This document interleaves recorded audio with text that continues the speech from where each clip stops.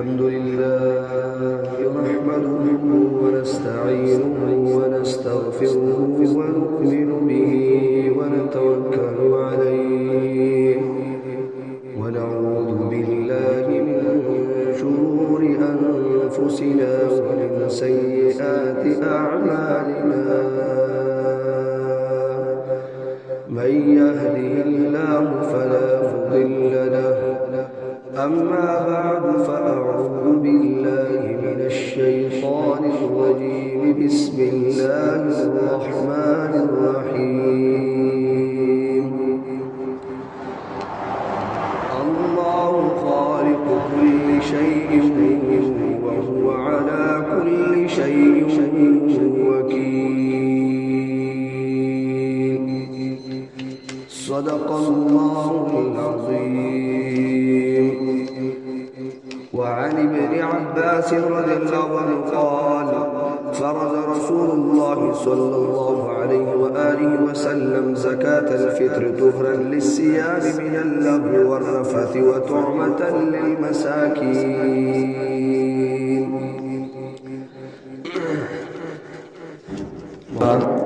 فيوسو موضوع باندې ان شاء الله د دې رمضان المبارک په مناسبت سره او د دې ماحول په مناسبت سره با په یو څو موضوعګانو باندې خبرې کوو چې نننۍ موضوع زمونږ یې توحید یعنی عقیده توحید څه ته ویلی شي او دویمه موضوع به زمونږ یې د صدقة الفطر چې د رمضان المبارک سره مناسبت لري او دریمه د توبې په حوالې سره. توحید مطلب د الله تعالی وحدانیت چې دا دنیا الله تعالی جوړه کړې ده او د دې دنیا څوک جوړونکی دی چې دا نظام چلیږي دا یو خدای چلی چې په دنیا کې سم کیږي کاڼي دي بوټي دي ونې دي انسانان دي دا ټول د الله تعالی مخلوقات دي او د الله تعالی پیدا کړي دي او په دې کې د الله جل جلاله سره څوک شریک هم نشته دی.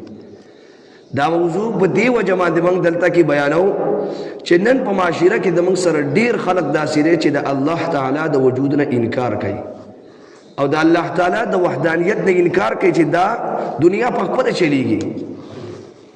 د ساينس او د دې شیزونو د وجې نه چې وایي موږ د ساينس خدای نه ښیي د دې د وجې نه موږ د دې نه انکار کوو لیکن که دې نظام عالم ته وګورې دا په خپله نشي کېدلی یوه ستنه که نن موږ غور وکړو یوه ستنه په خپله نه جوړېږي چې دې ته د فیکټرۍ د مزدورانو د وسپنې د دې شیزونو ضرورت دی نو دا دومره غټ عالم په خپله څنګه په وجود کې راغی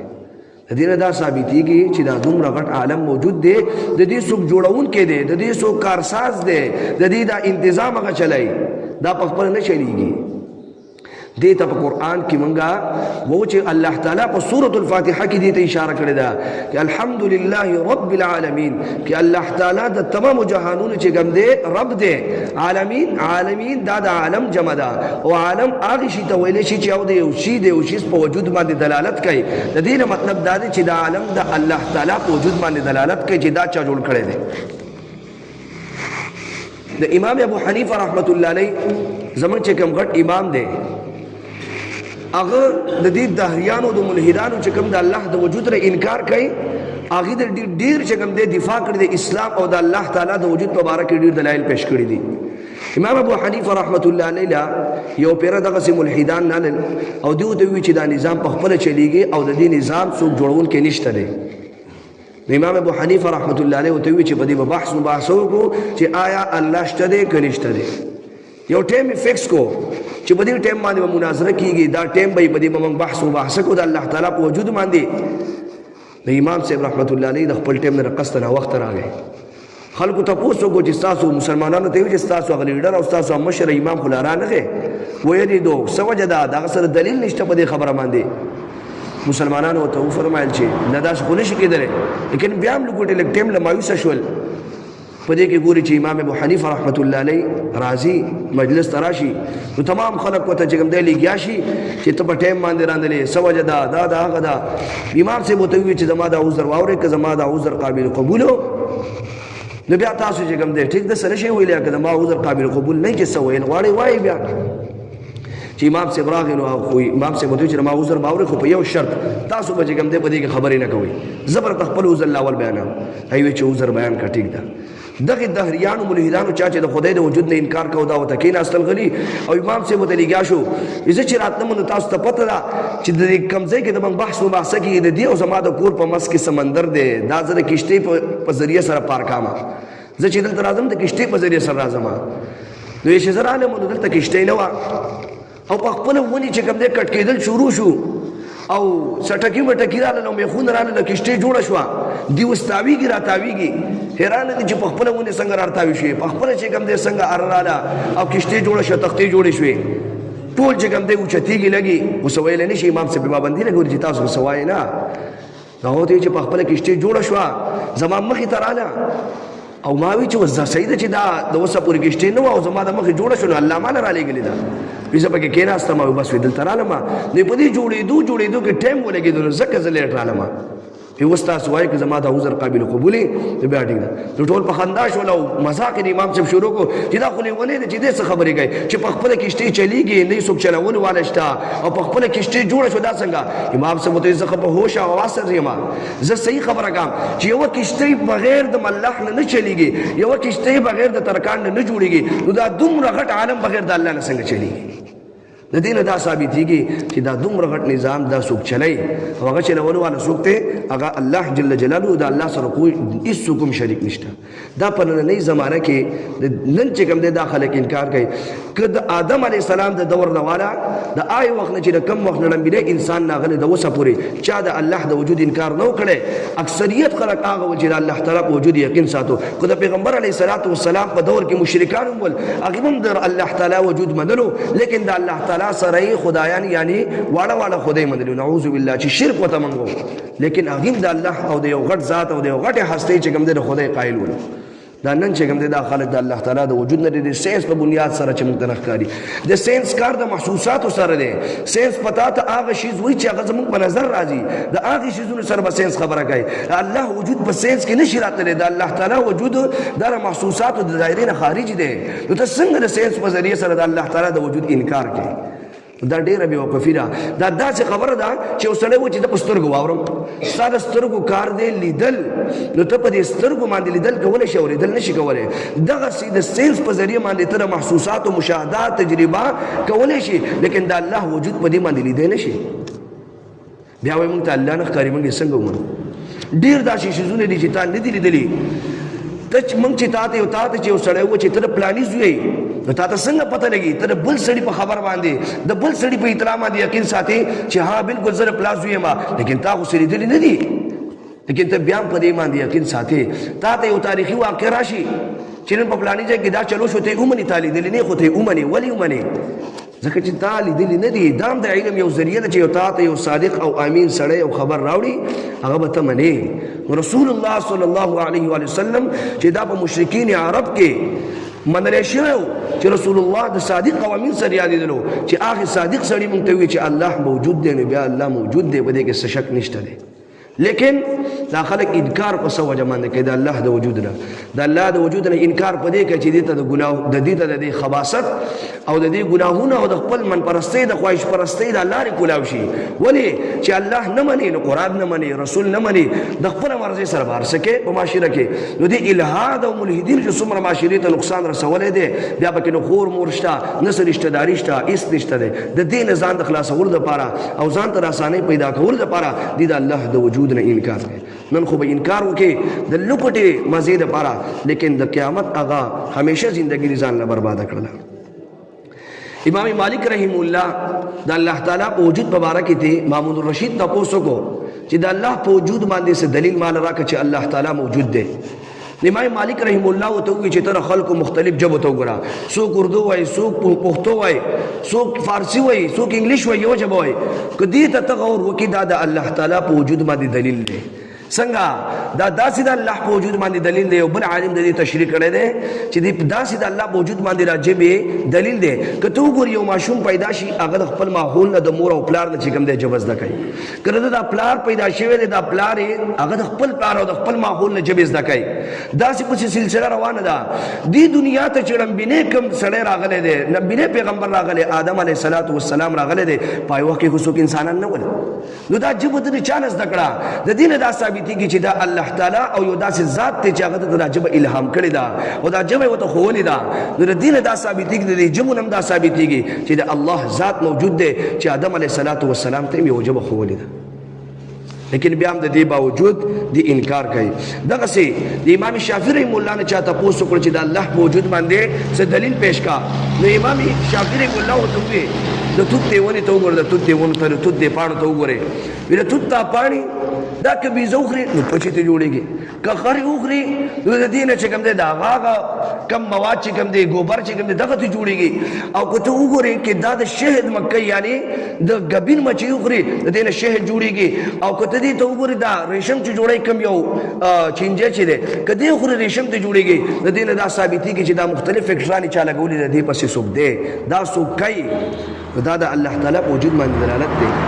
امام احمد بن حنبل رحمه الله نه چا تپوس وکړو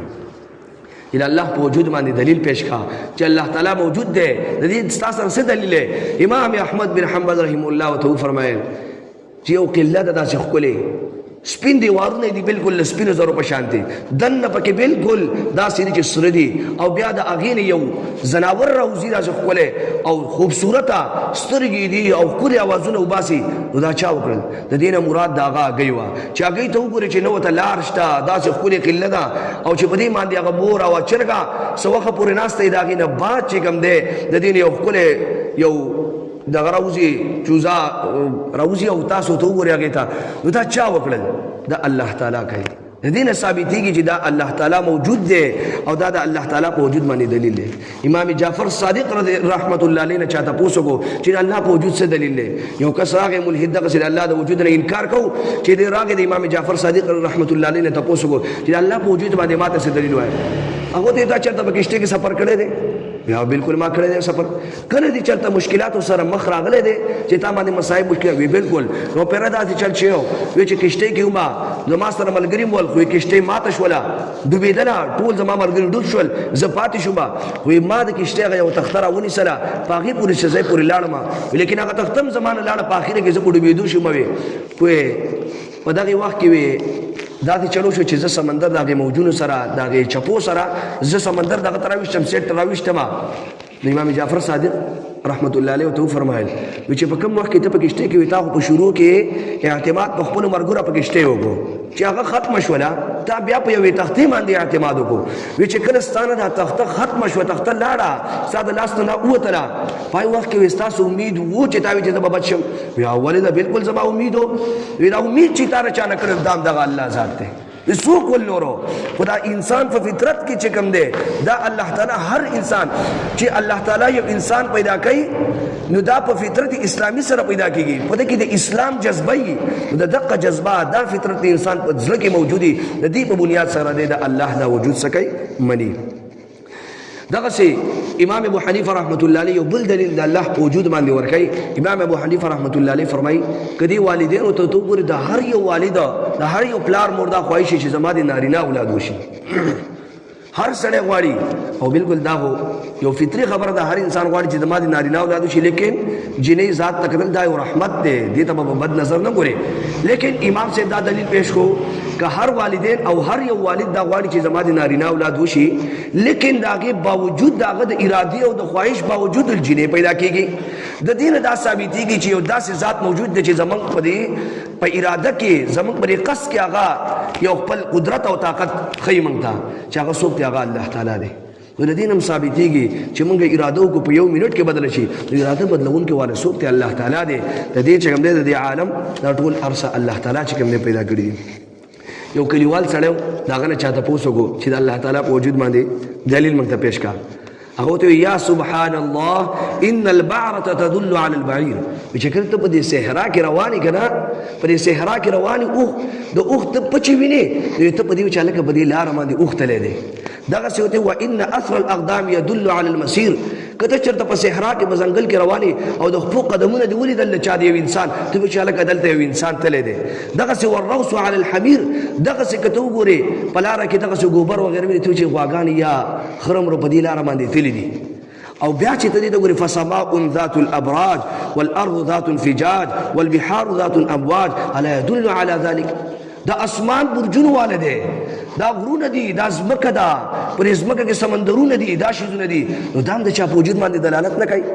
چې دا پچې دا د انسان د قدمونه دا د انسان په وجود باندې دلالت کوي چې انسان په دې لاره تللی. دا دومره غټ عالم چې موجود دی، سمندرونه موجود دي، نهرونه موجود دي، اسمانونه موجود دي، ستوري موجود دي، دا ولې د الله په وجود دلالت نه کوي؟ دا څومره بېوقوفي ده چې موږ د دې نه څه کوو؟ انکار کوو د الله تعالی د وجود نه. یو شاعر فرمایي په شاعر فیا عجبا کیف یعصي الاله، تعجب دی په دې خلکو باندې چې څنګه د الله تعالی د وجود نه انکار کوي. ام کیف یجحده الجاهد، د انکار کوونکي څنګه د انکار کوي د الله د وجود نه. وفي كل شيء له آیا، په هر شیز کې کته نظر چې کوم دی دوړاو کې او هر شیز ته چې وګوري دا د الله تعالی په وجود باندې سره دا علامت ته تدل على انه واحد، چې هر شیز ته وګوري دا د الله تعالی په وحدانیت او د یو ذات باندې څه دلالت کوي. د دې د وجنه نن د دې دا فتنه په یونیورسيټو کې او په دې ځایونو کې خاص کر د دې د وجنه چې د دې شیزونه خبر دي ساينسي علوم وای، لیکن د دې سره سره موږ له پکار دي چې موږ خپل اسلامي سټډي موکو او د اسلامي شیزونو د ځان خبر وو او د دې خلکو د دې فتنونه او د دې شیزونو ځان خبر ساتو. نو زمونږ دا په عقیده ده چې دا عالم یو الله واحد ذات دی، عظیم ذات دی، قادر ذات دی چې دا دنیا غچلې او بل څوک دا سره په دې کې چرولو کې شریک نشته دی. دویمه موضوع زمونږ ده صدقه الفطر چې څنګه ستاسو د مخکې باب شروع کې د رسول الله صلی الله علیه و وسلم د ابن عباس رضی الله عنه روایت ته فرمایي چې فرض رسول الله صلی الله علیه و وسلم زکات الفطر طهرا للصيام من اللغو والرفث وطعمه للمساکین، چې رسول الله صلی الله علیه و وسلم پتا سو باندې صدقه الفطر زکات الفطر او تمویل شي دا پتا سو لازم کړی دا. صدقه الفطر مطلب دا دی چې یو سړی دی هغه صاحب نصاب دی، دا سره مال دی. اوس دلته زمونږ خلک لوکړي د زکات او د صدقه الفطر په نصاب باندې نه پوهېږي. دا موږ چې ورته په پښتو کې سرسایه وو، سرسایه ورکول د دې په نصاب کې لوکړي فرق دی. هغه چې خلک پوهېږي چې په هغې باندې به زکات نه خو صدقه فطر په پې راځي. د هغې نصاب دا دی چې د زکات دپاره څلور څیزونه دي چې په هغې باندې زکات مال حساب کېږي، پای کې بیا په سلو کې 2.5 روپۍ ادا کېږي. هغه څلور څیزونه دي کسرۍ،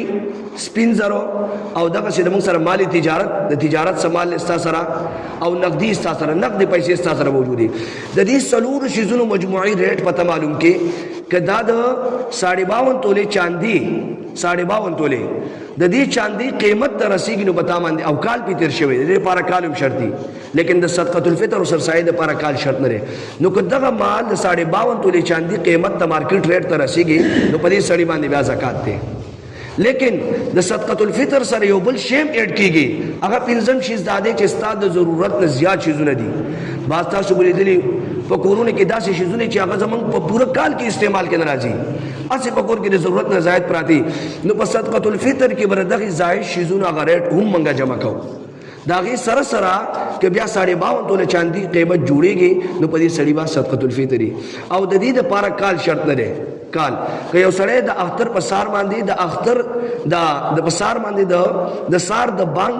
په دې ټایم کې یو سړی په دغه ټایم کې چې بانګ وشي او د مال مالي کې دومره مال 52.5 تولې چاندي نو په دې باندې صدقه الفطر دا د خپل طرف نه او د خپل نابالغ اولاد د طرف نه او که بالغ اولادي او په داغي په اجازه سره ورکول غواړي او هغه ول اجازه ورکړي نو دا هم ورکول شي. د صدقه الفطر فائدې څه دي؟ د صدقه الفطر او د سرسایې فائدې دا دي چې څنګه په دې حدیث کې راغلي دي که زمونږ نه په دې روژه کې څوک کوتاهی شوي او زمونږ نه څه کمې په دې کې پاتې شوي نو د دې صدقه الفطر سرسایې سره هغه الله تعالی پوره کړي. نو د دې د وجې نه الله تعالی دا څه کړي ده په موږ باندې واجب کړي ده او لازم کړي ده. او بله خبره دا ده چې ټول نه غټه خبره چې په دې کې د یو غریب مدد کېږي. د غریب بچی که یو مالدار بچی دی هغه کپړې ښکلې او دا شیدې ور واچوي، لیکن د غریب د بچي په دې کې څه مدد داسې موږ نه کوو. نو الله یو دا نظام موږ له فطرتي جوړ کړی دی چې موږ صدقه الفطر ورکوو د غریب د بچي په دې کې څه بندوبست وشي. موږ خپل بچو له هر څه کوو، لیکن د غریب د دې بچي او د خپل ګاونډي ما چېرته تپوس کړی دی د خپل ګاونډي موږ تپوس نه کوو. دا به الله ستا نه تپوس کوي چې ستا په ګاونډ کې یو سړی چې کوم دی وږی وده کېږي ولې وده کېږي؟ نو ته به د خپل ګاونډي خیال ساتي. بهتره دا ده چې په دې رمضان المبارک کې ورکړي. د اختر د مونځ د مخکې ورکول پکار دي، لیکن که په رمضان المبارک کې یو سړی ورکړي نو د دې نه به هغه غریب ځان له په دې باندې څه وکړي د اختر دپاره. نو کوشش وکړئ چې تمام چې په چا باندې واجب دی هغه یې ورکړئ. که په چا واجب هم نه ده د ثواب دپاره که څه ناڅه ورسره وي نو هغه دې ورکړي ده. او د دې نصاب څومره دی؟ د دې نصاب دی که د غنمو په حساب سره ورکوي نو د پاو کم 2 کیلو غنم چې څومره ریټ جوړېږي د پاو کم 2 کیلو خو د هغې چې مارکیټ ریټ څومره دی اور علما فرمایي چې احتیاطاً 2 کیلو 2 کیلو غنمو ریټ په مارکیټ کې وګوري چې د هغې څومره جوړېږي هغه به ته بیا غریب له ورکړي دا صدقة الفطر. او که بیا د چا سره مالي استطاعت زیاتي مال ورسره وي هغه د کشمش یعنې د کشمش وغیره دې شیزونو په حساب سره وکي د وسکو په حساب سره نو هغه بیا 3.5 کیلو دی د هغې په حساب سره تاسو بیا حساب ولګوئ چې څومره پیسې جوړېږي هغه ورکوئ. نو خصوصي تاسو د دې غریبانانو په دې اختر کې تاسو ته پته چې ستاسو څوک چې کوم دی په محله کې غریبانان دي د هغې سره تعاون وکړئ چې څومره کسان دي نو دا به ستاسو لپاره د آخرت چې کوم دی ذخیره وګرځېږي. او بل دا د دې صدقة الفطر بل یو غټه فایده دا ده چې په دې روژه کې خو موږ عبادت بدني وکړو منځونه وکړه الحمدلله الله تعالی ته ودرېدو روژې ونیسلې لیکن په دې صدقة الفطر سره به زمونږ اعمالي عبادت هم وشي زمونږ کوتاهیانې به معاف شي په دې کې. څنګه چې په مونځ کې یو سړی سجدې سهو کوي د هغې سره د مونځ هغه ګناهونه معاف کېږي د مونځ هغه خطاګانې معاف کېږي دغسې که په دې رمضان المبارک کې ستا نه څه کوتاهۍ شوي او څه شیزونه کمي شوي نو دې سره الله تعالی هغه څه کوي پوره کړي. بله خبره دا ده چې دا آخري عشره ده او رمضان المبارک تاسو څنګه پته ده په ختمېدو ده. په دې کې یوه شپه راځي چې هغې ته لیلة القدر ویلی شي خیر من 1000 شهر. لیلة القدر هغه د 1000 میاشتو نه بهتره شپه ده. نو چې کومې د آخري شپې دي موږ له پکار دي چې په دې کې موږ الله تعالی ته توجه وکړو الله تعالی ته رجوع وکړو او په دې کې موږ خصوصي طور پر الله تعالی عبادت وکړو. موږ له پکار دي چې د آخري ورځ په دې فضولیاتو کې او په دې شیزونو کې تېرونه کې کم از کم لږ وخت اسانه بالکل طریقه ده چې سړی پېشمنۍ کې لږ د وخت راپاسي یا د پېشمنۍ د وخت وکړي او د هغې نه بعد د تهجد وکړي الله تعالی ته دې ودرېږي اوږد لمونځ وکړئ دغسې نفل وکړئ قرآن ووایئ تلاوت وکړئ دا تلاوتونه به دې کې زیات وکړئ آخري میاشت ته. کعب بن عجرہ رضی اللہ عنہ روایت ته چې رسول الله صلی الله علیه وسلم یو ورځ تمام صحابه کرام راوغتل خپل خواته رسول الله صلی الله علیه و آله وسلم پړمبینی منبر پړمبینی پوړې باندې خپکه خودلا وی آمین په دویم پوړې باندې خپکه خودلا وی آمین په دریم پوړې باندې خپکه خود بیا وی آمین. صحابه ته تاسو یا رسول الله وی مخکې خو تا داسې چلته نه دی کړی دا کار چې نن تا کوم کو دا څه وجه ده؟ رسول الله صلی الله علیه و آله وسلم ته وفرمایل چې جبرئیل امین راغلی وی چې جبرئیل امین راغلی وی چې ما مینې پوړې ته پکړه وی جبرئیل امین دا ویلو وی چې یو سړی باندې رمضان المبارک راشي او د مغفرت په دې کې ونی شي په رمضان المبارک کې وی دې هلاک شي وی ما وی چې آمین. په دویمه پوړې چې مې پکې خو د جبرئیل امین دا بد دعا وکړه وی چې د رسول الله صلی الله علیه و وسلم په مجلس کې تذکره وشي او دا سړی په ما باندې درود ونه وای نو په دې هلاک شي نو ما وی چې آمین. درېمه پوړې ته چې مې پکړه وی جبرئیل امین چې کوم دې دا بد دعا وکړه چې یو کس داسې دی چې د هغه مشران والدین دي او د هغې باوجود د هغه په لویوالي کې د هغه مشران چې کوم دی بوډاپې ته ورسېږي او د ده مغفرت ونه شي د دې سړي یعنې د والدینو خدمت ونه کړي نو هغه دې هلاک شي. رسول الله فرمایي ما وی چې آمین. نو مطلب د دې نه څه ثابتېږي چې شروع کې څنګه ما ورته وویل چې په دې روایت کې چې رمضان مبارک په یو سړي راشي او د هغې باوجود د ده مغفرت په دې رمضان کې ونه شي نو دې هلاک شي. رسول الله صلی الله علیه و وسلم په امین وای او جبرئیل امین بد دعا کوي او رسول الله هغه رسول چې مستجاب الدعوات رسول تمام رسولان مستجاب الدعوات چې داغي دوا خو ډایرکټ چې کوم دې قبلېږي نو چې هغه بد دعا وکي داسې سړی ته دغه بس حالت دا د رسول سره جنگ دی د الله سره جنگ دی نو موږ له پکار دي چې خپل بخشش وکړو د الله رحمت له یو باندې پکار ده موږ وګورو چې آخري عشره هغه عشره ده چې عتق من النار دا د جهنم د خلاصۍ ده رمبینې د رحمت وا دویمه د مغفرت وا درېم عشره وستا د جهنم د خلاصۍ ده نو موږ له پکار دي چې موږ الله تعالی ته زیات توجه وکړو توبه نصوحه الله تعالی ته داسې توبه وکړو په خاطر وکړو چې څو ګناهونه رانه شوي دي الله تعالی دې هغه تمام معاف کړي او الله تعالی دې موږ چې موږ سوول الله تعالی دې موږ په دې باندې عمل کولو توفیق راکړي واخر دعوانا ان الحمد لله رب العالمين.